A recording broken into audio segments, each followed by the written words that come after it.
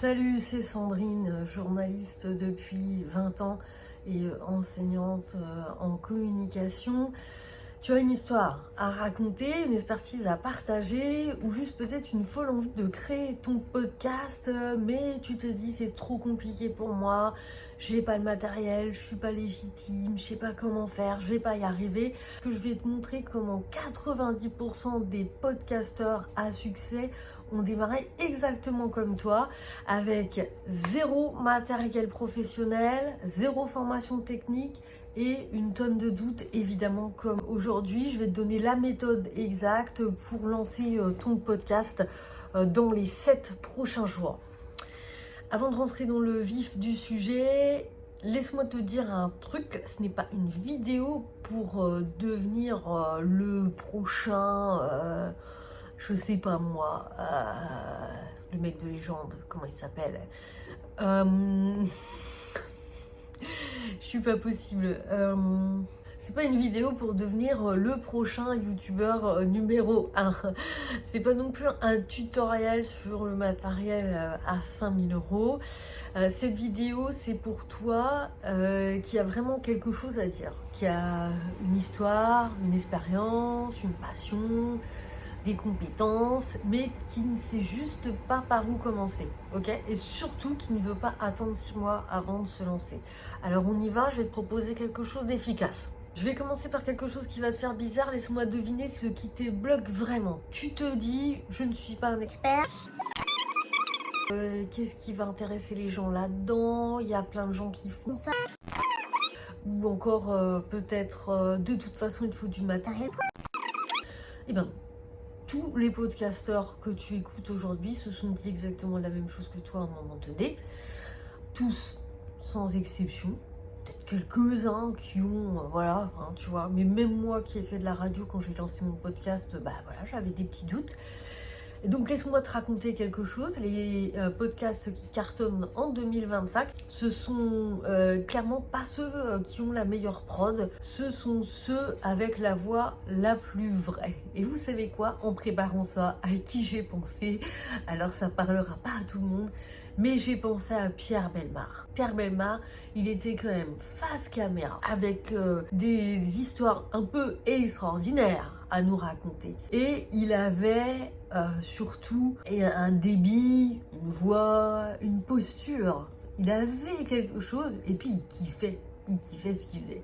Parce que Pierre Bellemare, il maîtrisait l'art de raconter, l'art du conte. Ouais, j'ai pas trop osé l'imiter, mais il a fait un truc comme ça. Et on a retrouvé le corps mort. Oui. Voilà. Et que s'est-il passé? Que nous a-t-il dit? Voilà, et il savait créer, désolée pour la parodie, mais il savait créer des trucs extraordinaires, juste comme ça, avec une énergie, et les mots, une diction, un suspense qu'il amenait dans le phrasé, et il n'y avait pas des jump cuts toutes les 4 minutes, il n'y avait pas, pouf, des logos qui apparaissaient, des machins, des trucs. En fait, c'est captiver les gens rien qu'en racontant. Voilà, c'était quand même extraordinaire. En plus, bon, c'est vrai qu'il avait un sujet qui est quand même le sujet de podcast voilà, qui fait kiffer les gens. C'était sur des histoires criminelles, etc.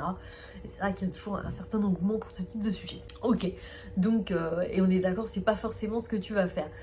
Mais en tout cas, c'est pour dire qu'il peut exister des choses complètement différentes et qu'il y a eu des gens, enfin on est d'accord, Pierre Bellemare, pardon, il faisait pas des podcasts, mais c'est des... Enfin, je veux dire, les gens qui font de la radio depuis longtemps et tout ça, c'est juste...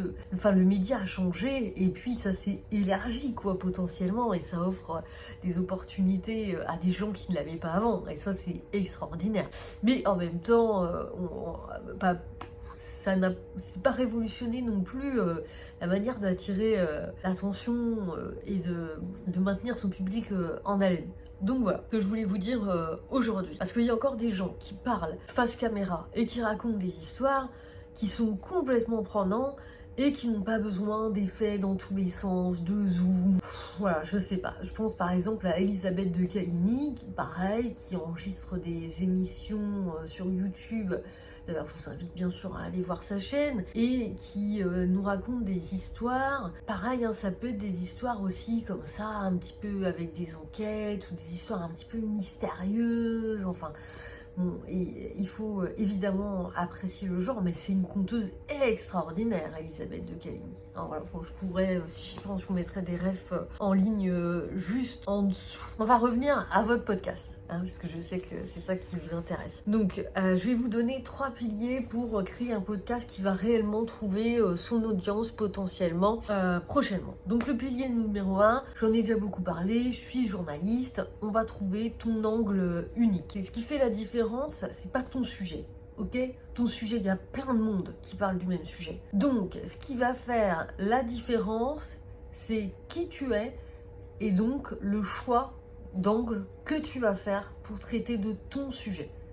Voilà, et c'est ça qui va être unique. C'est l'angle que tu vas choisir pour traiter ton sujet. C'est ton point de vue, quoi. Par exemple, un podcast bien-être, ok, il y en a 50. Par contre, comment moi, j'ai reconstruit ma vie après un burn-out en tant que mère solo, ok, là tout de suite déjà, au-delà de l'angle, je cible. Voilà, c'est vraiment quelque chose sur lequel il va falloir travailler. Donc j'imagine que vous voyez la différence, hein, c'est simple à comprendre. Donc ton angle unique par contre, c'est souvent ce qui a été ta pire galère dans ton histoire, ce que tu en as appris, et c'est ce qui va toucher les gens. Voilà, du coup clairement, c'est pas ton CV, c'est pas ton expertise, mais c'est bien ce qui t'est arrivé. Et souvent, ce qui intéresse les gens, quand même, c'est les galères. Et c'est vrai que c'est quand même dans les galères qu'on apprend le plus, il faut bien se le dire. Même si on ne se le dit pas forcément sur le moment, mais après coup, c'est ce qui vient, c'est ce qui transparaît. Le deuxième pilier, je vais pas vous dire que c'est ça tout le temps, mais quand on débute, il faut pas se prendre la tête. Donc moi, je vais vous dire la simplicité technique. Voilà, hein, ça vous évitera de chercher midi à 14h. Vous prenez votre smartphone, vous prenez des écouteurs pour avoir un retour casque, ça j'en ai beaucoup parlé. Le retour casque, on n'est pas obligé de l'avoir pendant qu'on enregistre, mais à minima, vous pouvez regarder si le volume d'enregistrement, le gain, si votre son ne sature pas, voilà. Ensuite, vous l'enlevez, vous enregistrez sans, c'est pas un problème. Mais honnêtement, le son, c'est super important. Et si vous avez un son dégueulasse, ça donne pas envie de vous écouter. Ok? Donc, voilà. Après, vous avez un iPhone, très bien. Vous avez un Android, ok? Enfin, peu importe. Hein, ça n'a vraiment pas d'importance. Donc, pour démarrer, tu n'as besoin que de 3 choses. Un smartphone, une application d'enregistrement gratuite. Mais en vrai, je sais pas, enfin, moi j'utilise ce que j'ai dans mon iPhone, des fois, typiquement c'est ce que je fais aujourd'hui, mais des fois je prends des trucs beaucoup plus chiadés entre guillemets, mais aussi on peut le faire avec ça. On peut avoir juste un coin calme, comme c'est mon cas aujourd'hui, puisque mon studio n'est toujours pas prêt. Et voilà, 3 choses importantes, donc le téléphone, de quoi enregistrer et un coin calme dans la maison, des petits écouteurs, voilà, pour le son. Donc, pas besoin non plus de micro à 300 €. Vous savez, si Pierre Bellemare il vous racontait une histoire aujourd'hui, elle vous captiverait tout autant via son téléphone que si vous l'écoutez à la radio, à l'époque, je sais plus sur quelle radio il pouvait passer. Donc voilà, c'est pas super important donc d'avoir un équipement ultra perfectionné dès le début. Vous pourrez améliorer vos captations au fur et à mesure. D'ailleurs, j'imagine que si vous êtes là, c'est que vous débutez, donc vous n'êtes pas dans l'amélioration de captation. Qu'est-ce que je voulais vous partager comme pilier numéro 3? Eh bien, je parlerai de la régularité, c'est ce qui va venir avant la perfection. Voilà, parce que personne ne veut entendre, mais c'est le plus important. Il faut impérativement être régulier parce que vous allez, de par cette récurrence et cette fréquence, bien faire en sorte que les gens s'abonnent. Alors que si vous êtes parfait, mais que du coup vous n'arrivez pas à être régulier, eh bien, on ne vous trouvera pas, on ne vous regardera pas, on ne vous suivra pas. Donc, un épisode par semaine qui sort en 20 minutes d'enregistrement, c'est 1000 fois mieux et 1000 fois plus efficace qu'un épisode parfait qui sort au bout de 2 mois, au bout de 3 semaines, au bout d'un mois et demi. Ok, on a compris. Il faut savoir aussi que 80% des podcasts meurent au bout de 7 épisodes. Il y en a très peu, je sais plus le pourcentage. qui vont au-delà des 20 épisodes. Pourquoi? Parce que les créateurs tombent dans le piège justement du perfectionnisme. Ok, donc on oublie la perfection, on le fait avec son image, on le fait avec soi, on se présente bien, on y va. Si on fait que de l'audio, ok, on y va aussi.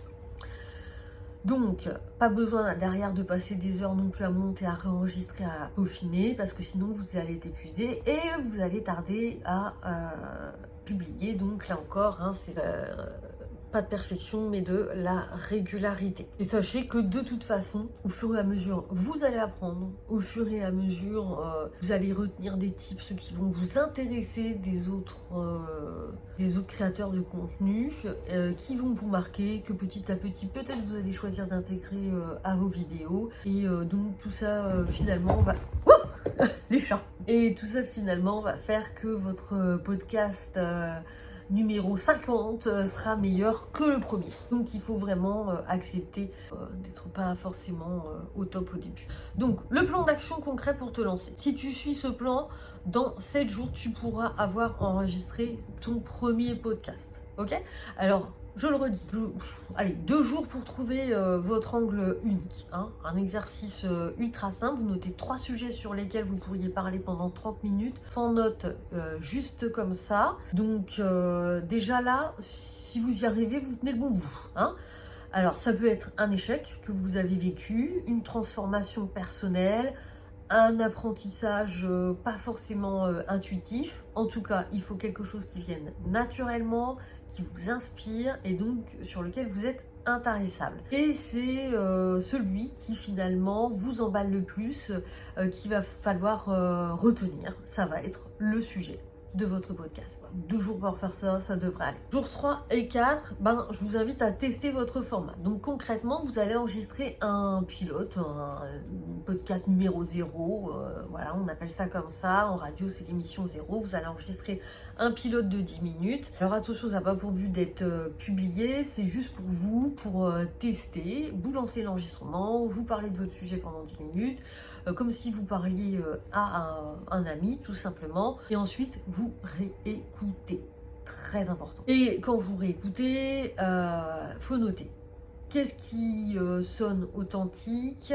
Où est-ce que je me sens à l'aise? À quel moment je galère? Voilà, parce que du coup, ce qui va sembler authentique pour vous, c'est ce qui va l'être. Ce qui va vous mettre en galère, c'est ce qui va être dissonant aussi pour vos auditeurs. Donc c'est aussi simple que ça. Jours 5 et 6. On organise le setup minimal dont on vient de parler. Donc minimal, c'est vraiment minimal, ok? Donc, au pire, si vous n'en avez pas, la liste de courses pour moins de 50 €, ce sont des écouteurs filaires. Voilà, je pense que 10-15 €, ça se trouve. Éventuellement un support pour votre smartphone pour qu'il soit stable et que vous puissiez le poser à distance d'une manière adéquate, 10 €. Et un endroit calme donc pour pouvoir enregistrer sans bruit parasite. Un petit coin podcast chez vous, voilà. Votre bureau, votre chambre, voilà, le placard à balai, non, je plaisante, mais un petit endroit, voilà. Donc on a fait la liste de courses, on a le lieu, 7e jour, on enregistre le premier épisode, un épisode de présentation souvent. On va tenter de répondre quand même à 3 questions pour se présenter à minima. Donc moi je vous invite à notez ces 3 questions simples qui vont être le déroulé de votre premier podcast. C'est qui tu es en 2 minutes, pourquoi tu lances ce podcast en particulier, ton histoire, ta motivation, ta galère et ce que tu vas apporter à tes auditeurs. C'est un épisode fondateur de socle et c'est ce qui va expliquer à tes futurs auditeurs pourquoi ils devraient rester et en quoi va consister ton podcast et pourquoi il faut te suivre. Même si tu n'es pas satisfait à 100% donc de ton premier enregistrement, tu le publies quand même parce que, on l'a dit, il vaut mieux un podcast fait et lancé que quelque chose de parfait. Donc aussi, si tu as suivi la démarche que je viens de t'indiquer, au bout de 7 jours, tu as fait plus que 90% des gens qui rêvent de lancer un podcast. Tu as lancé ton podcast. Ok. Alors par contre, il y a quand même quelques petites erreurs à éviter. Donc on va les passer vite fait en revue. Erreur numéro 1, donc on l'a dit, attendre le matériel parfait. Hein, c'est pas ça qui fera ton succès. Erreur numéro 2, vouloir plaire à tout le monde. Un podcast qui parle à tout le monde, et bien finalement il parle à vraiment personne. C'est-à-dire que tu n'as pas de cible. D'ailleurs si c'est ça, je pense que du coup tu as mal anglais, ok. Donc tu dois accepter qu'il y ait plein de gens qui zappent et qui n'aient pas envie de découvrir ton podcast. L'erreur numéro 3, c'est de copier le format des gros podcasts alors que toi tu es une petite souris. Il y a des chats qui font des bêtises, donc ok. Tu vas pas te lancer dans un monologue de 3 heures ou de faire un truc super compliqué. Ce qui est bien, c'est aussi de planifier quand même les premiers épisodes. Hein. Avant de commencer, ça va te donner de l'allant, ça va te donner une ligne conductrice. Donc si tu peux en rédiger, avoir quelques idées déjà d'avance et de les noter vraiment, de les conserver, ça peut être intéressant. La dernière erreur, c'est d'oublier que t'es pas parti pour courir un 100 mètres, mais pour un 10 km. Voilà. Donc faut de la patience. Tu vas pas avoir 1000 abonnés au bout de 3 épisodes, ni même en 10. Hein. Les podcasts qui marchent aujourd'hui, ils ont tous un point commun. Alors la régularité et la constance, voilà, sur plusieurs mois, faut y aller, faut s'accrocher. Et même si au début on n'a que 10 écoutes et si personne commente, on a 10 écoutes. Hein. Ouais, et puis hier vous en aviez 0. Donc voilà, il faut savoir se satisfaire de ça, s'en réjouir et continuer à avancer. Simple. Si tu te reconnais dans ce que je viens de te dire, si tu as envie de lancer ton podcast mais que tu ne sais pas par où commencer et que peut-être tu as besoin d'un cadre, c'est ok. Et bien à ce moment-là, j'ai créé quelque chose de spécial pour toi. J'ai une formation complète, l'atelier avec, si tu veux, du coaching personnalisé, mais pas forcément. En tout cas, je peux t'accompagner du concept jusqu'à la publication de tes premiers épisodes. Donc que tu aies besoin d'un cadre technique d'aide pour trouver ton angle, parce que voilà, ça peut être plus ou moins compliqué, ou juste d'un petit coup de pied aux fesses pour te lancer, je suis là aussi. Donc cette formation, c'est exactement ça. Dans quelques semaines, ça peut aller très vite.